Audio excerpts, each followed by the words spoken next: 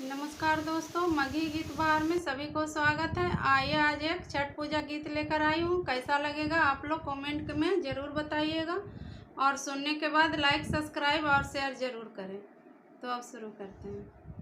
गंगा नहैली केसिया भिंजले सेंदूरा गाइले बाय सेंदूरा गाइले बाय गंगा नहैली केसिया भिंजले सेंदूरा गाइले बाय सेंदूरा गाइले बाय नाई ना काजर बाधो बाइले आज गुत कहलो ने जय आज गुत कहलो ना जय माचिया बैठले ताहूँ सासू जी सुन ससुआर जमार सुन ससुआर जमार